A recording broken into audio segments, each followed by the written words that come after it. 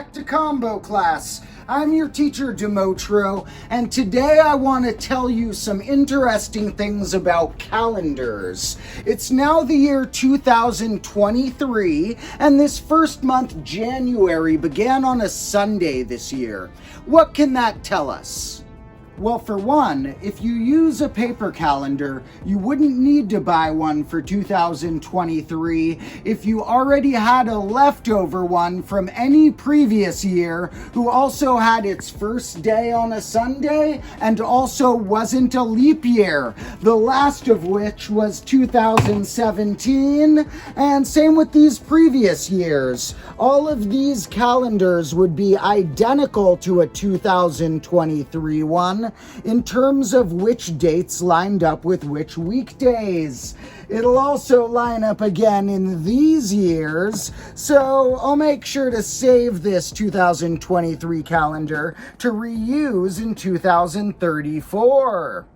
The other thing we know from the first of the month being a Sunday is that that month will contain a Friday the 13th.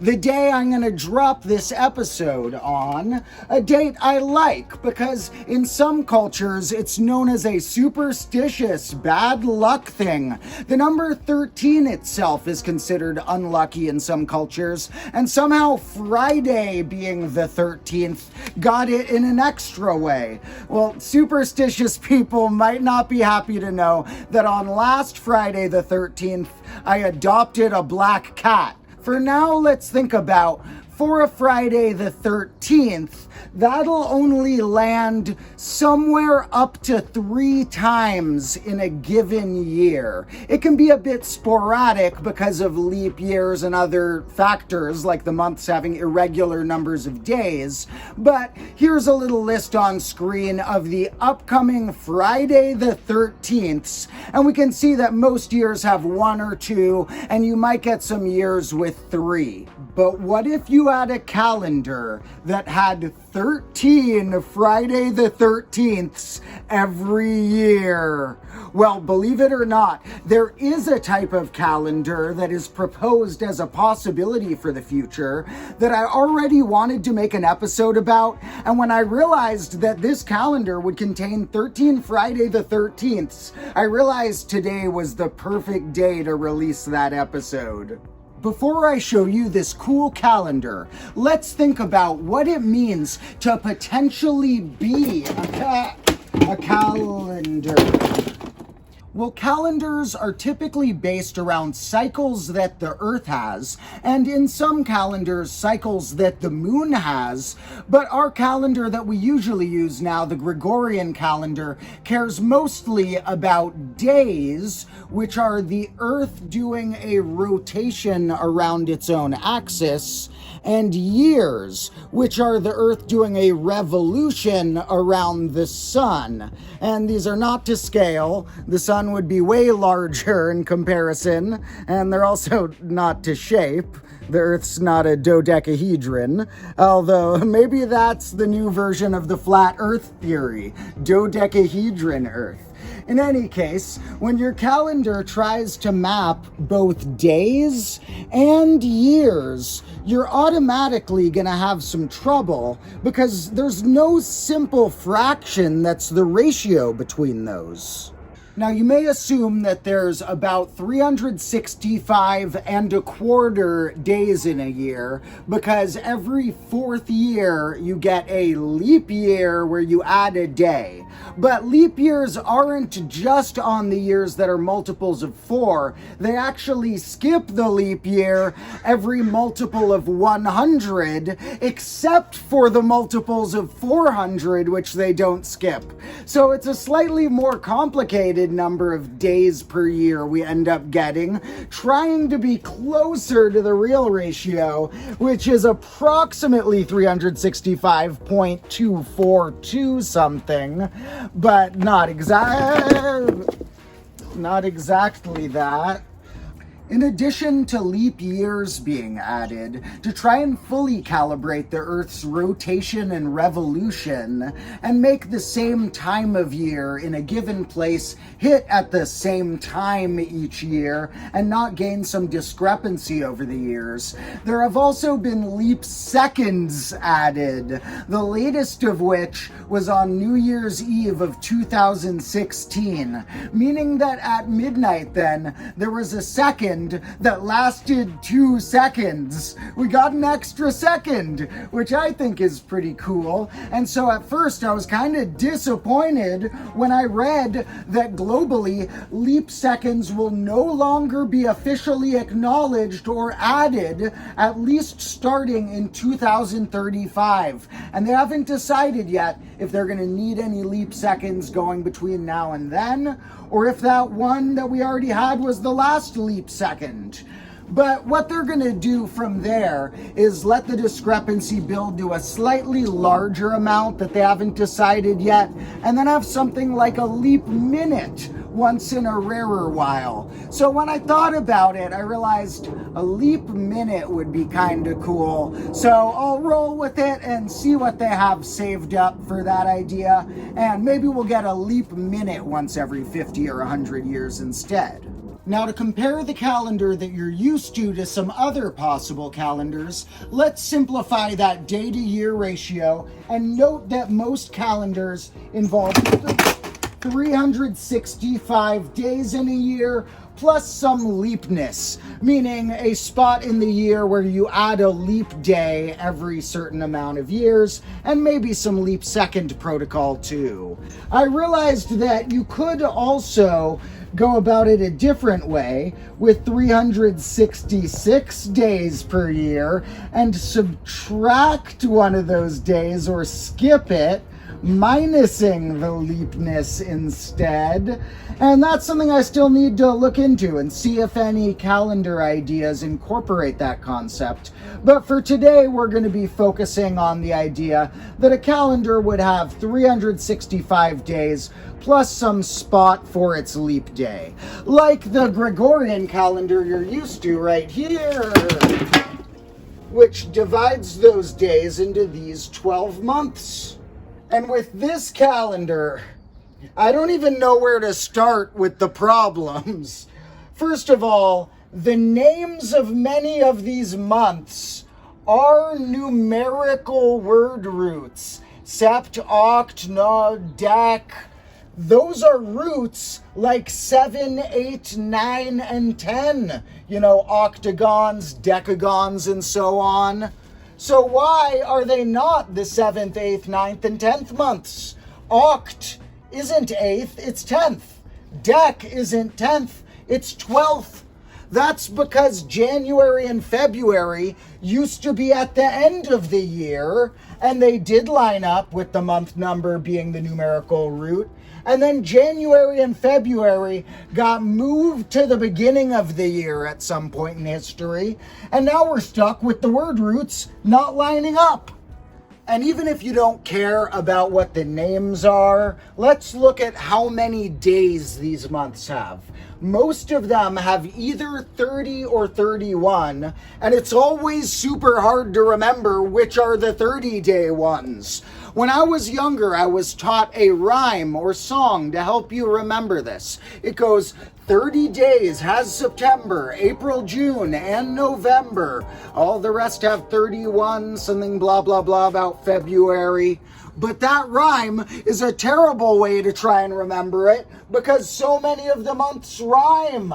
It could have been 30 days has September, March, May, and December, and the rhyme could still stick in your head the same way. So don't try and use that song to remember which ones have 30 or 31 days. There is a better technique where if you use your knuckles and count either the knuckles or the little gaps between them and line your two hands up so you have two knuckles in a row, well, you can count along those with months, and the knuckles are on the 31-day ones, like January, not February, March, not April, May, not June, July, August, not September, October, not November, December. Those are the 31-day months. So that's a better way to remember the 30 versus 31 day thing. But what's up with February having either 28 or 29? Well, you might think that February needs to have fewer than 30 days to make the math work out. But that's not true. 30 times 12 is 360. Less than that 365 plus leap, meaning that we could have 31-day months still, mixed with 30-day months, and not need any of them to have less than 30. February just got ripped off. This ripped offness is annoying too, because you'd want 3 months out of the 12 to represent a quarter of a year. But these 3 months are less days than these 3 months. So a quarter of a year doesn't always land on the same day 3 months later. So this calendar is far from the best way that 12 months could be organized. But what if I told you that I don't even think the year should be cut into 12 months?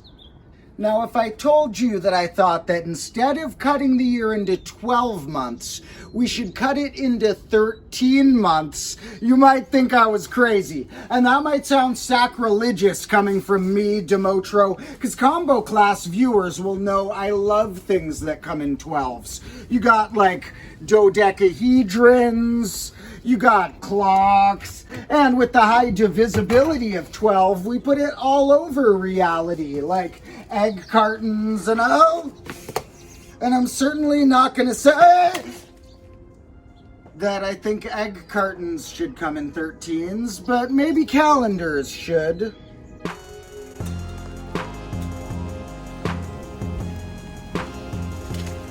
Ow.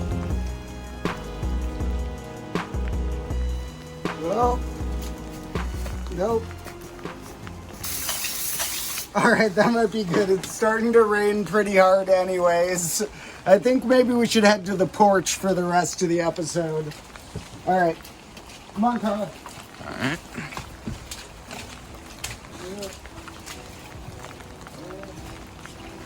Oh. If your calendar goes 365 days plus leap, well, unfortunately, 365 isn't a very divisible number. Its prime factorization is 5 times 71, meaning the only way to split it evenly would be to have 5 71-day months or 71 5-day months. That doesn't sound very practical. But what if your calendar had 364 days, plus we'll do something else with the 1 and the leap later? Well, 364 is much more divisible than 365. Its prime factorization is 2 squared times 7 times 13. And that 7 is already reminiscent of how many days humans currently put in a week. Meaning we could keep the same amount of days in a week and have 4, which is that 2 squared, 4 weeks per month, and 13 months per year. And that would perfectly fit that 364 days, as long as we could figure out something to do with that other one and the leap. And there have been many calendars proposed that follow that structure, having 13 months per year, 4 weeks per month, and still having 7 days per week. And these different calendars have different ways of going about that +1 plus leap part. And my favorite of these calendars I've encountered is one called the International Fixed Calendar. So let me show you how that one works. Here are the months of the International Fixed Calendar, and a translation of what days we would call them in the Gregorian calendar we use. Like January in the International Fixed Calendar lasts from what we call January 1st to January 28th. February lasts from what we call January. Oh, you hear that thunder? And March lasts from what we would call February 26th to normally what we would call March 25th. But since on a leap year, we would have called something February 29th in that mix, the last day of the International Fixed March would translate to one day earlier on how we would write it in the Gregorian calendar. So some of these have stars because on a leap year, it would be one day earlier in the translation. And the leap day on the International Fixed Calendar doesn't land as an extra day in February. It lands after June, right before a new month they insert called Sol. And this leap day, which lands right before that new middle month of the year, Sol, doesn't belong to June or to Sol. This leap day isn't given a month. It hangs out on its own. And in fact, not only does the leap day not have a month, it doesn't have a day of the week. Like it's never a Monday or Tuesday or whatever. Those terms just aren't used to describe it. That might sound absurd, but you'll see why in a minute. After this leap day, which doesn't belong to either a month or to any day of the week, we get that new month Sol, lasting from what we'd call June 18 to what we'd call July 15th. And then some more months, which might look kind of random when you look at these translations at first. But you'll notice if you count the days in them, that they each have exactly 28 days. And at the end of this International Fixed December's 28 days, which last from what we'd call December 3rd to December 30th, we get something called Year Day. A new type of day you may not have heard of before, which would be treated like a holiday. And unlike the leap day, which only comes on leap years, the year day comes every year as its own day after December. Because like leap day, year day doesn't have a month it's part of, and it doesn't have a day of the week ever assigned to it. I think that would be a pretty fun holiday. Now, why do we want each of them to have these 28 days but not include leap day or year day attached to any month or even attached to any week? Well, you might notice I drew a little calendar down here, a calendar of a month where Sunday is the first and there's 28 days with the last being on a Saturday. And I didn't label which of the months of the International Fixed Calendar that describes, because it describes all of them. This is the calendar for every month in the International Fixed Calendar. As long as you let year day and whenever leap year hits, also leap day, not have a month or a day of the week, you can have every other one of these 13 months always begin on a Sunday, always have the second day be a Monday, the third day be a Tuesday, and the last day be a Saturday. And when the first was a Sunday, like I mentioned earlier, that means that the month will contain a Friday the 13th. So every month in the International Fixed Calendar contains a Friday the 13th. 13 Friday the 13ths every year. But some people hate the idea of having some days of the year not get a month and not get a weekday assigned to them. And one of the objections people have that might be part of why no calendar like this has stuck yet historically is that some Sundays would no longer land 7 days apart. After a year day or leap day, you'd get a Sunday that was 8 days after the last Sunday. And a lot of religions like to do some church-like or Sabbath-like ritual once a week, every 7 days. And that would misalign that in a way. You'd no longer have a guarantee that listen to that thunder. So in the international fixed calendar, you no longer have a guarantee that a given weekday is always 7 days from the same weekday.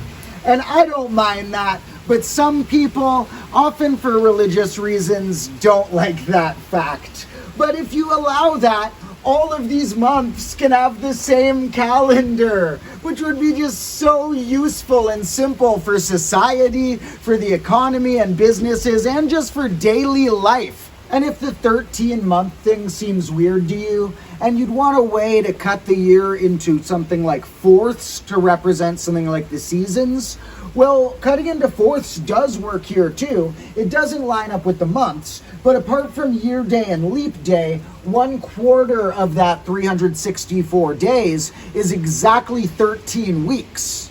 But when I was thinking about this idea of taking some days out of the year and cutting them out of the weekday or month name part of the year, I realized that this isn't the only possible way you could trim the number 365 to make it more divisible. Like 365 isn't much larger than 360, which has the title of a highly composite number because it's more divisible than any smaller number. So 360 would be great if that was the amount of days in a year. That would be super easy to cut into months and weeks that all were even to each other. So what if instead of 1 to 2 days of the year getting this weird quality, we gave 5 to 6 days of the year that quality and cut the other 360 days into our main month and week structure? Now, I'm actually not sure if other calendars have already been proposed with that idea, but I decided to whip up my own concept for one, which works like this. If we went 360 plus 5 plus leap, well, that 360 is so divisible that it's equal to 12 times 30, two really divisible numbers, and we could have 12 months per year, which can easily be cut into thirds or quarters or halves. And each month could have 30 days, a super divisible number. Not divisible by 7, but who says we need 7 days in a week? What if we had 5 weeks per month and each week was made up of 6 days? Now, that'll take a lot of convincing to get society to go to 6-day weeks, but it would work pretty cleanly to have this 6 times 5 times 12 be the structure of 360 of our days. Then we would have to have 5 to 6 days, depending on the year, that weren't given a month and weren't given a day of the week. And you could either put those all at the end of the year as some special party week, or you could scatter them throughout the year, having 1 to 2 every 3 months, maybe lining up with a natural phenomena like the solstice or equinox. All right, it stopped raining for a bit, so I'm gonna head back to the combo classroom for a minute. And don't worry, I don't think we're gonna change to 6-day weeks anytime soon. Maybe in the future when we change to counting numbers in base 6, 6-day weeks will work well with that. But for now, since I don't think people are gonna go for the 6-day week thing, I'm advocating for that international fixed calendar. 13 months. Let's make it happen. In any case, hope you have a nice Friday the 13th. Thanks for joining me here in combo class, and I'll catch you next episode.